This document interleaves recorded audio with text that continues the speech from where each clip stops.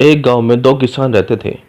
दोनों पड़ोसी थे और दोनों के पास अच्छी खासी खेती लायक जमीन थी, जिसमें वह दोनों ही सब्जियां उगाकर बाजार में बेचा करते थे। दोनों किसान में से एक किसान बड़े ही भले मन का था और उसका नाम राम प्रसाद था। दूसरा किसान, जिसका स्वभाव थोड़ा लालची और कपटी था, उसका नाम धनी राम था। राम प्रसाद बहुत मेहनती था और वह अपने आसपास के गांव में बाजारों में किस सब्जी की मांग ज़्यादा है, उसके हिसाब से अपने खेतों में सब्जियां उगाया करता था। धनीराम बिना ज़्यादा मेहनत किए ज़्यादा पैसा कमाने में मानता था। वो अच्छे से जानता था कि आजू बाजू के मार्केट में किन सब्जियों की मांग ज़्यादा है। यह जानने के लिए राम प्रसाद काफ़ी मेहनत करता था और हर तरफ की खबर लेकर आता था। इसीलिए वह बिना कुछ किए राम प्रसाद जो सब्जी लगाया करता था, वही सब्जी वह अपने खेतों में भी उगा देता था। एक बार राम प्रसाद ने कई गांवों में जांच करके यह पता लगाया कि इस बार प्याज की ज़्यादा मांग होने वाली है। इसीलिए इस साल प्याज की खेती करने में काफ़ी फायदा होगा। राम प्रसाद ने अपने सारे खेतों में अच्छे नस्ल की प्याज बो दी।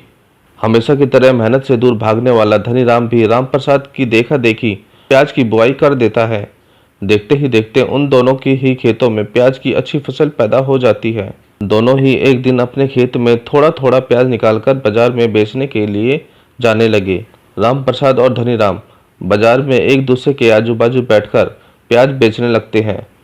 देखते ही देखते कुछ घंटों में हाथों हाथ दोनों की सारी प्याजें बिक जाती हैं। राम प्रसाद यह सोचकर काफी खुश होता है कि उसने जो भी मेहनत यह पता करने में की थी कि इस साल प्याज की खेती करना फायदेमंद होगा, वह सफल रही और सच में बाजारों में इस वर्ष प्याज की काफी डिमांड बढ़ी थी। वहीं दूसरी तरफ धनीराम भी अपनी प्याज के अच्छे दाम मिलने पर बहुत खुश होता है, लेकिन उसके लालची और कपटी दिमाग में एक विचार कौंधने लगता है। धनीराम घर पहुंचकर अपनी बीवी को बेचे हुए प्याज के सारे पैसे दिखाता है, जिन्हें देखकर उसकी बीवी भी काफी खुश हो जाती है और कहती है, इस साल तो प्याज से अच्छी कमाई होगी ऐसा लगता है। धनीराम कहता है, हाँ बिल्कुल सही कहा, इस साल प्याज हमें मालामाल कर सकती है और जितना तुम सोच रही हो उससे कहीं ज्यादा। धनीराम की बीवी कुछ समझ नहीं पाती। तब धनीराम कहता है, मेरे पास एक आइडिया है जिसमें हमारे खेत में जितनी भी प्याज हैं उनको बेचकर तो हम पैसा कमाएंगे ही, लेकिन उससे भी डबल पैसे हम इस साल कमा सकते हैं। और इतना कहकर धनीराम उसकी बीवी के कान में कुछ कहता है। कुछ घंटों बाद जब रात हो जाती है, तब धनीराम और उसकी बीवी रात के अंधेरे में अपने खेतों में जाते हैं। वह लोग पहले अपने सारे खेत से, फिर उसके बाद राम प्रसाद के खेतों में से भी सारी प्याजें निकालकर एक बोरी में भर लेते हैं और वह सारी प्याज को अपने घर ले जाते हैं। रसोई घर के पीछे बने एक खाली कमरे में भरकर उसमें ताला लगा देते हैं। धनीराम अपनी बीवी से कहता है, देखना इस साल प्याज के ऊंचे दाम होने के कारण और अब हमारे पास इतने सारे प्याज होने के कारण इन्हें बेचकर हम आने वाले कई सालों के लिए धन इकट्ठा कर लेंगे। धनीराम की बीवी कहती है, बात तो आप सही कह रहे हो, मगर कल सुबह जब राम प्रसाद को अपने खेतों की हालत पता चलेगी तब क्या होगा, यही सोचकर मेरा जी बैठा जा रहा है। धनीराम अपनी बीवी से कहता है, तुम खामखा डरती हो, हमने आज रात क्या किया किसी के कानों कान खबर नहीं होगी। मैं इस बात की किसी को भनक भी नहीं लगने दूंगा, क्योंकि मैं इन प्याज को सही समय आने पर ही बेचूंगा। हाँ, तुम भी ध्यान रखना कि इस बारे में तुम किसी से कुछ ना कहो। अगले दिन धनीराम अपने खेतों की ओर जाता है, तब देखता है कि राम प्रसाद अपने खेतों में सिर पकड़कर बैठा है और रो रहा है। धनीराम को आते देख राम प्रसाद उसकी तरफ दौड़कर आता है और उससे लिपटकर रोने लगता है और कहता है, धनीराम देखो हम बर्बाद हो गए, किसी ने हम दोनों के ही खेतों से प्याज चुरा ली है। धनीराम झूठ मूठ का अफसोस दिखाने लगता है और कहता है, जिसने भी यह किया है बहुत बुरा किया है, उसने हमारे साल भर की मेहनत में पानी फेर दिया है, भगवान उसे कभी खुश नहीं रखेगा। एक दो दिन गम में डूबे रहने के बाद राम प्रसाद फिर से अपने खेतों में प्याज की बुआई कर देता है। धनीराम जो सारा प्याज अपने घर में दबाकर बैठा है, वह प्याज के दाम बाजार में बढ़े उसकी राह देख रहा था और एक दिन दूसरी सब्जियां बाजार में लेकर आता है ताकि पता कर सके कि बाजार में प्याज का भाव क्या चल रहा है।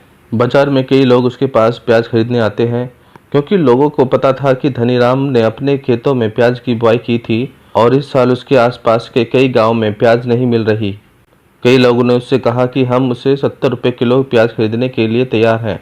धनीराम बहुत खुश होकर अपने घर लौटता है और यह सारी बातें अपनी बीवी को बताता है, तो उसकी बीवी बोलती है, बहुत अच्छी बात है, चलो तुम यह सारे प्याज अब बाजार में लेकर जाओ और बेच दो।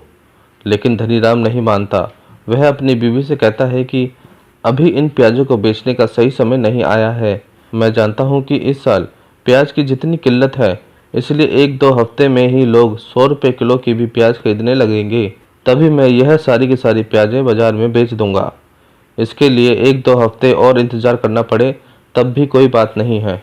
देखते ही देखते 1 महीना बीत जाता है और एक बार फिर धनीराम बाजार में जाकर प्याज की कीमतों का पता लगाता है। वह खुश हो जाता है क्योंकि इस बार लोग 100 रुपये की 1 किलो प्याज खरीदने के लिए भी तैयार हैं। धनीराम जल्दी से अपने घर लौटता है और यह बात अपनी बीवी को बता देता है।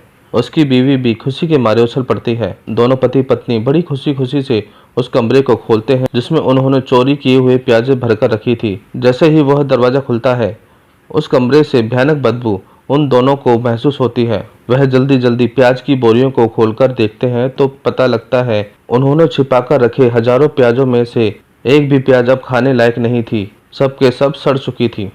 दोनों पति पत्नी अपना सिर पकड़कर वहीं पर बैठ गए और फूट फूट कर रोने लगे। दोनों ही जानते थे कि इस साल अगर वह चोरी नहीं करते तो भी अच्छा खासा धन कमा सकते थे, लेकिन उनकी लालच और बुरे काम की वजह से उनके पूरे साल की मेहनत पर पानी फिर गया और दोनों ही यह सोचकर ज्यादा दुखी होने लगे कि अब बिना पैसों के पूरे साल कैसे गुजारा होगा।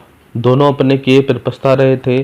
तभी उनके घर के पास से राम प्रसाद बोरियां भर भर कर प्याज मार्केट में बेचने के लिए जा रहा था, क्योंकि उसने दोबारा बोए हुए प्याज अच्छी तरह से फल चुके थे और अब उसे पहले से भी दुगने भाव में प्याज को बेचने का मौका मिला था।